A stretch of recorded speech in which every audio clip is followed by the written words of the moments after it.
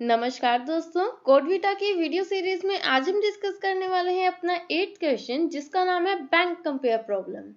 आज हम वीडियो में ही इसका सॉल्यूशन पाइथन और सी दोनों लैंग्वेजेस में देखेंगे। अदरवाइज आपको गिटहब के लिंक पर तो मिल ही जाता है जो आपको डिस्क्रिप्शन में मिल जाएगा। इसके अलावा अगर आप चाहते हैं कि और 7 क्वेश्चंस का भी लिंक चाहिए तो आपको नीचे प्लेलिस्ट का लिंक मिल जाएगा जिसमें सारे क्वेश्चंस आपको अवेलेबल हो जाएंगे। और साथ ही साथ आपको अगर इन्फीटीक्यू या और किसी उसके भी प्लेलिस्ट देखनी है तो आप हमारे चैनल पर विजिट कर सकते हैं। और अगर आपने अब तक चैनल को सब्सक्राइब नहीं करा है तो जल्दी से चैनल को सब्सक्राइब करें और वीडियो को जल्दी से जल्दी लाइक करें। मेरा नाम है आंचल और आप देख रहे हैं द इनसाइड कोडर्स। तो आइए दोस्तों शुरू करते हैं।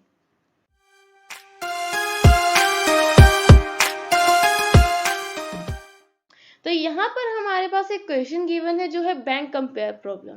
एक्चुअल में है क्या कि हमारे पास 2 बैंक्स गिवन है, bank A and bank B, जिनकी कुछ अलग अलग इंटरेस्ट रेट्स है जो वेरी करते रहते हैं। हमें क्या करना है, इन बैंक में से लोन लेना है, बट लेना किससे, किसी एक बैंक से। तो हमें कैलकुलेट करना है कि जितना हमारा लोन बनेगा आफ्टर सम पर्टिकुलर टाइम, तो उस लोन में किसका इंटरेस्ट रेट सबसे कम होगा। मतलब अगर मैं 2 बैंक से लोन लेती हूँ और कितने सालों का है वो सारा कुछ अगर कैलकुलेट करूँ एट द एंड, तो हमें ये कैलकुलेट करना है कि किस बैंक से हमें कम अमाउंट विद इंटरेस्ट पे करना पड़ेगा। मतलब जो लोन की रीपेमेंट होगी वो कम किसके केस में होगी, तो उस वाले बैंक को हमें सिंपली प्रिंट कराना है। तो इनपुट देखते हैं। वैसे ये क्वेश्चन बहुत बहुत ज्यादा इजी है बिकॉज यहाँ पर हमारे पास फॉर्मूला उनकी तरफ से गिवन है कि आपको कैसे करना है। बट स्टिल अब इसमें दिक्कत क्या थी क्वेश्चन में कि इसमें ना इनपुट का तरीका बहुत ज्यादा कॉम्प्लिकेटेड था। अब होता क्या है कि जिसको अगर इनपुट लेना आता और पता हो कि किस कॉन्स्ट्रेंट के साथ कौन सी डेटा टाइप चलेगी, तो उसके लिए तो एक बहुत इजी काम है और सबसे इजीएस्ट प्रॉब्लम थी। अब आप देख सकते हैं कि यहाँ पर p की वैल्यू इतनी बढ़ी जा रही है, तो आप इसके लिए लॉन्ग ले लो, डबल ले लो, लॉन्ग डबल ले लो। और सारे हमारे पास स्मॉल स्मॉल वैल्यूज है तो इंटीजर में भी काम चल जाता है। तो इसके बिहाफ पर आपको देखना है। बट पाइथन लैंग्वेज में तो ये कुछ भी जरूरत नहीं पड़ती, डायनामिकली टाइप लैंग्वेज है तो खुद से डेटा टाइप असाइन कर देती है। सबसे पहले हमें इनपुट लेना है प्रिंसिपल जो है p। नेक्स्ट हमें इनपुट लेना है t जो है टोटल टेन्योर। ये बस एक कंफ्यूजन क्रिएट करने के लिए आपके पास इनपुट है, इसका हम आगे कहीं पर भी यूज नहीं करने वाले। फिर हमारे पास क्या होगा, 2 बैंक्स के कॉरेस्पॉन्डिंग हमारे पास n1 और n2 2 वैल्यूज होंगी। कैसे कि हमें 3 इयर्स के लिए से लोन चाहिए, तो मैंने 3 पहले इनपुट कराया। फिर उसके बाद 3 रोज होंगी जिसमें हमारे पास ईयर और उसके कॉरेस्पॉन्डिंग स्लैब वो 2 वैल्यूज होंगी। अगर n की वैल्यू मेरे पास 5 होती है तो 5 रोज में ये 2 वैल्यूज होती, उसको इनपुट लेना है। फिर सेम यही काम रिपीट करना है बैंक p के लिए। अपने एग्जांपल पर चलते हैं, फिर समझ आएगा ये बेटर वे में। नेक्स्ट हमारे पास क्या है कि हमें प्रिंट क्या कराना है, हमें सिंपल आउटपुट में प्रिंट कराना है या तो बैंक a या बैंक b, एक सिंपल सी स्ट्रिंग। अपने एग्जाम्पल से समझते हैं, जल्दी क्लियर होगा। सबसे पहले हमें p इनपुट लेना था, तो हमने अपना p इनपुट लिया जो हमारे पास वैल्यू आ गई है 10,000। नेक्स्ट हमने टेन्योर जो हमारे पास वैल्यू है 20, इसको इनपुट लेना था। वैसे मैंने बताया कि ये सिर्फ कंफ्यूजन क्रिएट करने के लिए है कि इतने इजी क्वेश्चन में कि आप थोड़ा सा कंफ्यूज हो जाओ कि कैसे काम कर रहा है, बट इसको हम आगे प्रैक्टिकली कहीं यूज नहीं करने वाले इस क्वेश्चन के अंदर। नेक्स्ट हमने n1 की वैल्यू ली जिसकी वैल्यू हमारे पास आई है 3। ये है हमारे पास फर्स्ट बैंक के लिए जो है हमारा बैंक ए। इसके कॉरेस्पॉन्डिंग क्योंकि इसकी वैल्यू 3 है तो इसके कॉरेस्पॉन्डिंग हमने 3 रोज को इनपुट लेना है। सबसे फर्स्ट रो में हमारे पास सबसे पहले है years, then space, after that slab. Again we have to input the years slab. कितनी बार रिपीट करना है ये काम, जितना हमारे पास यहाँ पर इनपुट होगा। 5 होता तो 5 रोज को ले लेते। सेम काम हमें फर्दर करना है बी बैंक के लिए। वैसे तो ऑब्वियसली इसमें भी आंसर 3 ही आना था यहाँ पर n की वैल्यू, बट स्टिल इन्होंने जिस फॉर्मेट में दिया आपको इसी फॉर्मेट में ही इनपुट लेना पड़ेगा। अब इसके कॉरेस्पॉन्डिंग इसके ईयर और स्लैब्स यहाँ पर गिवन है। अब हम इसको कैलकुलेट करेंगे कि टोटल लोन जो हमें पे करना है, मतलब टोटल अमाउंट विद इंटरेस्ट, कि इनमें से किस में कम आएगा। कैसे कैलकुलेट करेंगे, जो हमारे पास वहां पर क्वेश्चन में फॉर्मूला गिवन था सिंपली उसकी हेल्प से। तो हमारे पास आउटपुट आ जाएगी कि बैंक बी में हमें कम लोन पे करना पड़ेगा, वापस जो अमाउंट हमें पे करना है। ऐसे ही हमारे पास इनपुट 2 है जिसमें हमारे पास कुछ इस तरह की वैल्यूज हैं। अगर आप इसको भी ट्रेस करोगे तो इस केस में हमारे पास आंसर आएगा बैंक ए। तो फिलहाल इसको डिटेल में समझते हैं कि किस तरह से क्या काम कर रहा है और इसका लॉजिक भी साइड बाय साइड समझते हैं। सबसे पहले तो मैंने बताया कि आपको इनपुट लेनी आनी चाहिए अच्छे से। तो यहाँ पर सबसे पहले तो हमें इनपुट लेनी है पी, जो हमारा प्रिंसिपल रेट था वो फिलहाल इंट था, तो इसलिए हमने उसको इंट टाइप में टाइप कास्ट कर लिया, बिकॉज पाइथन में डिफॉल्ट वैल्यू क्या लेता है, स्ट्रिंग। नेक्स्ट हमारे पास है टेन्योर। तो टेन्योर में हमने क्या करा, इंटीजर इनपुट, मतलब इसको भी इनपुट से सिंपली इनपुट ले लिया। तो मेरे पास दो वैल्यूज तो आ गई जो मेरा पी और टी की वैल्यूज थी, बट मेरे को तो काफी सारी वैल्यूज का इनपुट लेना था, जैसे आप यहाँ पे देख भी सकते हैं। तो उससे पहले मैंने क्या करा, एक बैंक को एक एम्प्टी लिस्ट ले लिया, बिकॉज इसको मैं आगे यूज करने वाली हूँ। अब नेक्स्ट मेरा क्या काम था कि मेरे पास जो बची हुई इनपुट है, मेरे को इस इनपुट को लेना था। तो अब आप देख सकते हो कि ये इनपुट दो बार रिपीट होगी, एक तो for bank A and next one will be for bank B. So हमने क्या करा, यहाँ पर एक लूप चलाया के फॉर के इन रेंज 2, मतलब ये 0 और 1, दैट मीन्स 2 टाइम्स वर्क करने वाला है। अब होगा क्या, सबसे पहले तो मुझे n को इनपुट लेना था, जिसकी वैल्यू कितनी है 3। ओके, हमने n इनपुट लिया। एक मैंने फिलहाल सम 1 ले लिया है, जो टोटल अमाउंट बताता है कि इंटरेस्ट के साथ हमें टोटल कितना पे करना पड़ेगा लोन। तो फिलहाल इसको मैंने अभी इनिशियलाइज कराया है 0 से। नेक्स्ट हमने क्या करा, हमें इनपुट लेनी थी 3 रोज। कैसे पता लगता कितनी इनपुट लेनी है, जितनी n की वैल्यू थी उतनी रोज हमें इनपुट लेनी होती। तो मेरे पास n की वैल्यू जैसे यहाँ पर थी 3, तो मैंने लूप चलाया for i in range n, मतलब 3 टाइम्स चलेगा। और तीनों बार मेरे को क्या करना है, कुछ स्पेस सेपरेटेड मेरे पास वैल्यू है, मतलब 5 स्पेस 9.5, 10 स्पेस 9.6, 5 स्पेस 8.5, मतलब दो स्पेस सेपरेटेड वैल्यूज हैं जिसको मुझे स्प्लिट करके वैल्यू डालनी है, जो हमारा ईयर्स है और स्लैब है, इन दो वेरिएबल के अंदर। तो ये काम मैं दो तरह से कर सकती थी, या तो स्प्लिट लगाकर मैप फंक्शन यूज कर दी, जिसमें हम उसको इंटीजर में मैप करा लेते। नेक्स्ट हमने क्या करा, यहाँ पर हमने फिलहाल यूज करा है लिस्ट कॉम्प्रिहेंशन। अब दोनों में से कोई भी मेथड यूज कर सकते हो।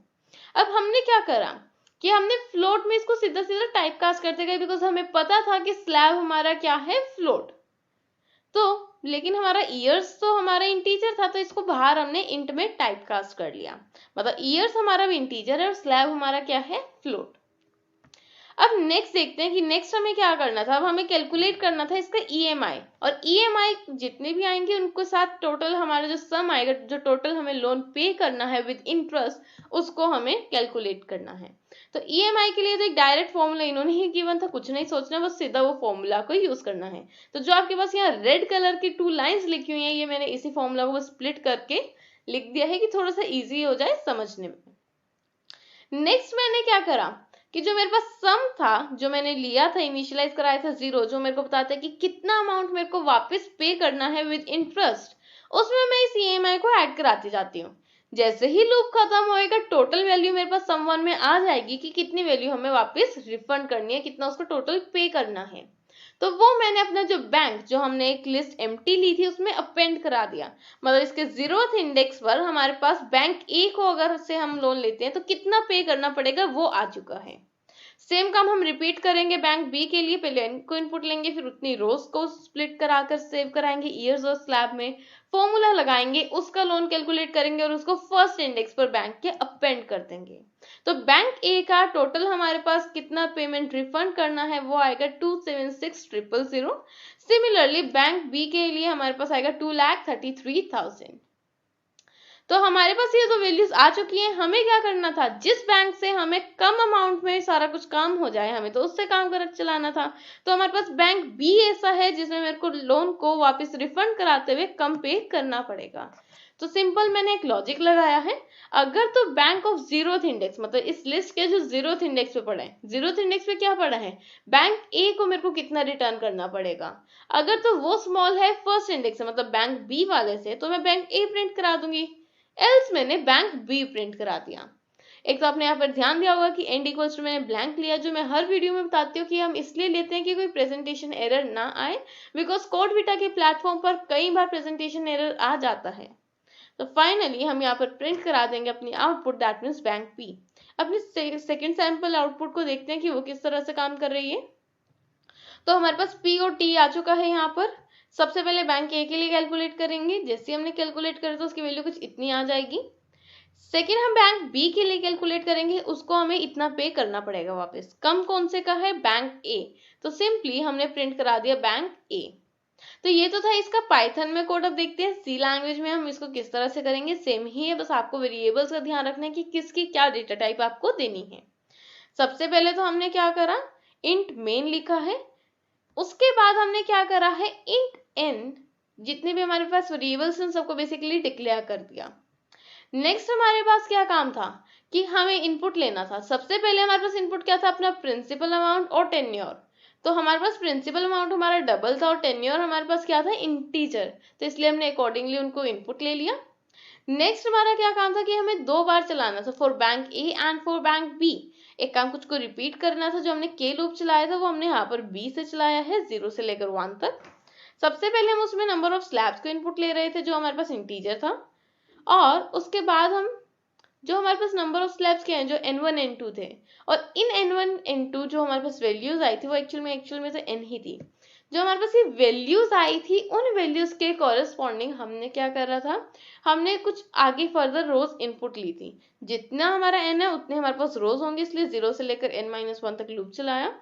अब करा क्या हमने, सबसे पहले से ईयर्स को इनपुट लिया, फिर हमने अपने स्लैब्स को इनपुट लिया। वहां पर ईयर्स क्या थे, हमारे इंटीजर थे, और स्लैब्स हमारे थे लॉन्ग, काफी बड़ी थी, इसलिए हमने उसको फिलहाल डबल ले लिया। तो हमने क्या करा, ये तो इनपुट तो आ गई, अब तो हमें अपना फॉर्मूला अप्लाई करना था। सिंपल वो फॉर्मूला अप्लाई करा है। उसके बाद अब आप यहाँ पर देख रहे होंगे कि मैंने पार फंक्शन यूज करा है, तो इसके लिए आपको यहाँ पर math.h को भी इंक्लूड करना पड़ेगा। वह वैसे आपको जो गिटहब का लिंक है उस पर बिल्कुल वर्किंग वाला ही प्रोग्राम मिलेगा। नेक्स्ट हमें क्या करना था, EMI तो आती जा रही है, बट उसको हम सम में ऐड करते जाते थे कि फाइनल लोन कितना पे करना पड़ेगा। उसके बाद हम क्या करते थे, हमारे पास टोटल आ गया, उसको बैंक के जो हमारे पास एक एरे था उसके अंदर हम स्टोर कराते जाते थे। तो सम को मैंने स्टोर करा लिया। सेम यही काम मैं रिपीट करने वाली हूँ बैंक बी के लिए भी, इसलिए एक फर्दर बाहर का लूप लगा हुआ है जो 2 बार चलेगा, वो bank A and bank B respectively. अब हमारे पास ये काम हो चुका है। अब नेक्स्ट क्या करते होते थे हम कि कंपेयर करते थे किसका लोन कम आएगा। तो हमारे पास बैंक 0, मतलब अगर जो हमारे पास बैंक ए है अगर उसका कम आ रहा है बैंक बी से, तो प्रिंट करा देते थे बैंक ए, एल्स हम सिंपली प्रिंट करा देते थे अपना बैंक बी। इसका भी देखते हैं ये किस तरह से चलेगा। हाँ, और एंड में हमें रिटर्न 0 लिखना है बिकॉज हमने यहाँ पर इंट मेन लिया था। नेक्स्ट देखते हैं अब इसका किस तरह से वर्क कर रहा है। तो फर्स्ट जो हमारे पास गिवन एग्जांपल था, यहाँ पर हमारे पास P और T हमने इनपुट लिया, ये सारी वैल्यूज को इनपुट ले लिया। तो बैंक ए के लिए हमारे पास इतना अमाउंट आया था 2,76,000, बैंक बी के लिए आया था 2,33,000।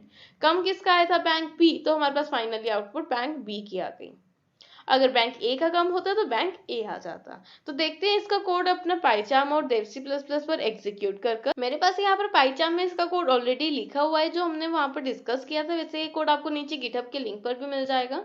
जैसे ही मैं इसको रन करती हूँ और मैंने इसको सिंपली पेस्ट करी अपने आउटपुट और एंटर प्रेस करते हैं, तो मेरे पास फाइनली आंसर आ चुका है बैंक बी। अगर मैं काम करती हूँ कि मैं दूसरे आउटपुट को ले लेती हूँ, तो इस केस में हमारे पास आंसर कितना आ रहा था, बैंक ए। तो देखते हैं क्या ये इस पे करेक्ट वर्क कर रहा है या नहीं। तो अब यहाँ पर जैसे ही मैंने पेस्ट करा और एंटर प्रेस करती हूँ, तो यहाँ पर हमारे पास आंसर आ चुका है बैंक ए। सिमिलरली ये बिल्कुल करेक्टली वर्क कर रहा है हमारे देवसी प्लस प्लस पे भी। अगर हम क्या करते हैं, सिंपली इसको मैं एग्जीक्यूट करती हूँ, मैंने इसको फिलहाल कंपाइल कर चुकी हूँ मैं। अगर मैं इसमें यहाँ पर लिखती हूँ और एंटर की प्रेस करती हूँ, तो आप देख सकते हो कि यहाँ पर मेरे पास सिंपली बैंक ए को इसने प्रिंट कर दिया है। सिमिलरली हमारा देवसी प्लस प्लस और पाइचार्म दोनों बिल्कुल करेक्टली वर्क कर रहे हैं। तो आपको इसका कोड नीचे डिस्क्रिप्शन लिंक में मिल जाएगा।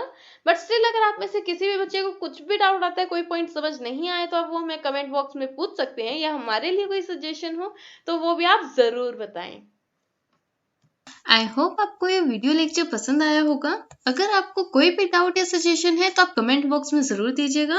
और अगर आपने वीडियो को अब तक लाइक या शेयर नहीं किया है तो जल्दी से वीडियो को लाइक और ज्यादा से ज्यादा शेयर करें। And please subscribe my channel and press the bell icons for latest updates. शुक्रिया, धन्यवाद, थैंक यू।